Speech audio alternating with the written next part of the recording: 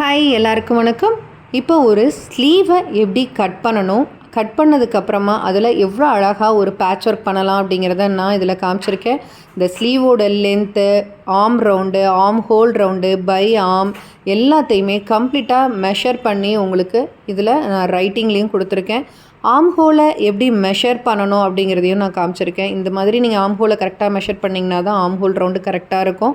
இப்போது இதில் ஸ்லீவை நீட்டாக கட் பண்ணதுக்கப்புறமா லான்ச் பண்ணிவிட்டு இதோட ஃப்ரண்ட் ஆர்ம் ஹோலை நீட்டாக ஷேப் பண்ணி நான் கட் பண்ணிக்கிட்டு அந்த ஃப்ரண்ட் ஆர்ம் ஹோல் அடையாளத்துக்கு ஒரு வீணாச்சும் நான் பண்ணிக்கிட்டேன். இப்போது ரெண்டு ட்ரையாங்கிள் பீசஸாக நான் எல்லோ கலரில் 2, ரெட் கலரில் 2, சின்ன சைஸில் எல்லோ கலரில் 2 ட்ரையாங்கிள் பீசஸாக நான் எடுத்துக்கிட்டேன்.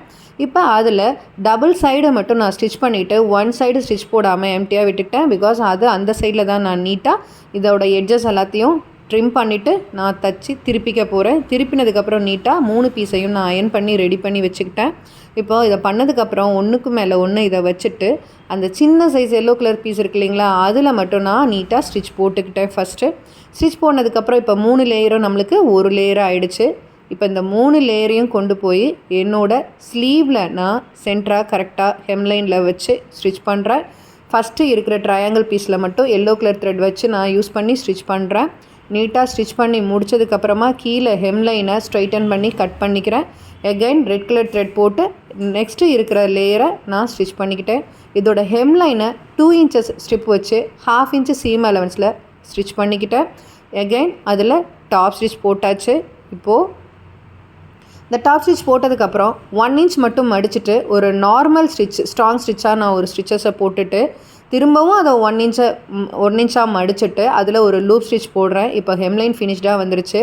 இப்போது அந்த லூப் ஸ்டிச்சை பிரிக்கிறதுக்கு முன்னாடி நான் நீட்டாக 0.25 சென்டிமீட்டரில் அழகாக நான் என்ன பண்ணுறேன்னா ஹெம்லைன் பண்ணுறேன். இந்த ஹெம்மிங்கை நீங்கள் நீட்டாக பண்ணிங்கன்னா மட்டும்தான் ஸ்லீவ் ரொம்ப அழகாக ஹெம்லைன் நீட்டாக தெரியுங்க.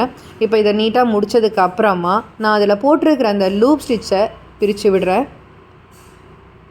பொறுமையாக நீட்டாக பிரித்தாச்சு. கம்ப்ளீட்டாக பிரித்ததுக்கப்புறம் நான் இதை அயன் பண்ணிட்டேன். இங்கே பாருங்கள், ரொம்ப அழகாக வந்திருக்கு இந்த சாம்பிள் ஸ்லீவு.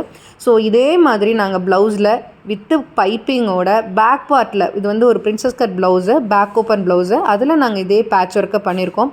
ப்ளவுஸ் ரொம்ப அழகாக வந்திருக்கு. இதே மாதிரி ஸ்டிச் பண்ணணும் அப்படின்னாலோ கற்றுக்கணும் அப்படின்னாலோ எங்கள் இன்ஸ்டியூட் நம்பருக்கு காண்டாக்ட் பண்ணுங்கள்.